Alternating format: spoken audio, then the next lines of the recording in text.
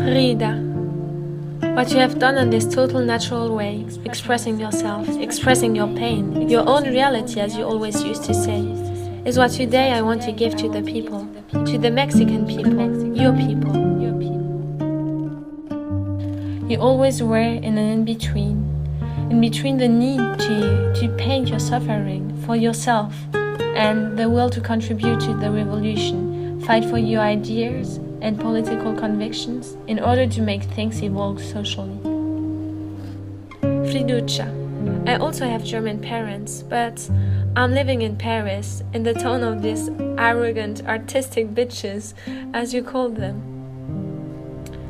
So what I want to say to you is that I've suffered too, like almost every man or woman. I didn't have an accident, but a stupid illness, which confronted me to pain, loneliness, and tears. Now I am 18 years old, the same age you were when your life-changing accident happened. Me neither, I don't really remember when it started, or if it will ever end.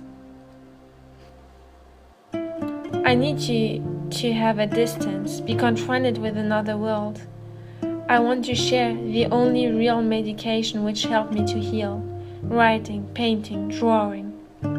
Expressing memory of your own hell, your reality of suffering, is what I want to bring with me. Cry, cheers, pain, meds, vomit, accidents, headaches, treatments, medical examinations, blood, haunting memories, stupid doctors, manipulation, operation, rupture, sleepless nights. Laisse-moi te conter un récit. Le récit de la métamorphose de la douleur en lumière, soleil, espoir. Nuestros Dolores, un récit à Frida, est un projet à la frontière entre l'artistique, le social, qui a un caractère très, très personnel, mais à la fois entièrement universel et qui relie Frida Kahlo, les Mexicains et moi-même. Ce projet, il n'est pas pour moi, mais pour les Mexicains et pour la douleur qui est en chacun de nous.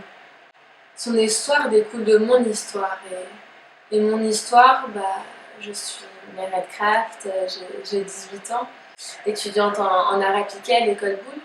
J'ai été confrontée à la douleur pendant plus d'1 an. Ça a commencé en 2013, une maladie qui s'est venue tout droit du néant. J'étais très épanouie, ça m'est quasi tombé sur la tête. Et d'un seul coup, j'ai été dans un tout autre univers. C'est pour ça que j'ai voulu aborder ce thème, bien que tabou, et en faire un projet. Chacun de nous a vécu sa propre douleur, soit due à une rupture, à un décès, à une maladie ou à un accident comme Frida Kahlo. Cette douleur, elle est là et j'ai remarqué que si on ne l'exprimait pas, c'est comme un poids sur les épaules dont on n'arrive pas à se débarrasser. Toutes ces pensées, ces mémoires, ces images, ces sons qui vous hantent au fond. Le projet, je l'ai déguisé en un objet un peu ludique, un peu sympathique, intriguant, qui attire l'attention pour maquiller un peu ce thème qui est bien sûr très difficile à aborder. Il s'agirait donc d'une sorte de banderole, comme 2 pellicules, 2 grandes pellicules argentiques, ou une grande feuille de plus de 20 mètres enroulée. Et il se base sur le cadavre exquis que beaucoup d'entre nous ont joué, qui a été inventé par les surréalistes d'ailleurs dans les années 30 et qui existe sous forme de dessin mais aussi d'écrit.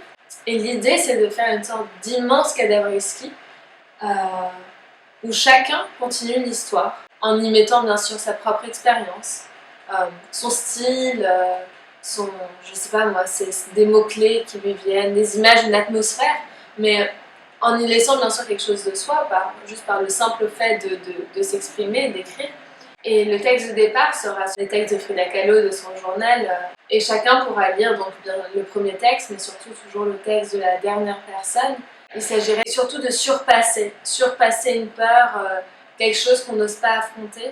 C'est ainsi que pour boucler ce triangle entre Frida Kahlo, les Mexicains, mais aussi moi, j'aimerais aussi intervenir personnellement à travers le dessin, le collage, l'aquarelle, la peinture.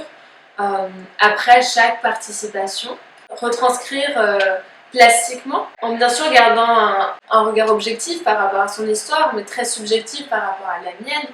Et donc voilà, cette banderole, qui est enroulée bien sûr, petit à petit, elle engloutira, elle prendra dans ses bras, elle protégera chacune des histoires. Et à la fin, une fois à Paris, j'ouvrirai donc mes 2 petites boîtes, je déroulerai la grande banderole, le long papier, et j'espère, si vous m'aidez,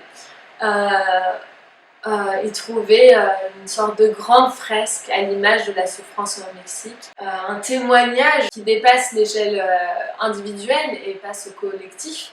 Chaque témoignage sera aussi pris en photo, se retrouvera dans une édition, une sorte de catalogue du planning et du projet qui, je l'espère, deviendra notre projet. Et il y aura bien sûr une exposition. Nous allons tous ensemble, grâce à votre aide, je l'espère, conter une histoire de son propre peuple africain.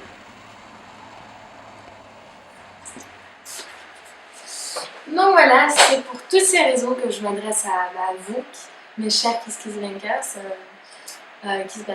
pour réaliser ce projet qui je l'espère, va devenir un témoignage très fort et un très bel objet.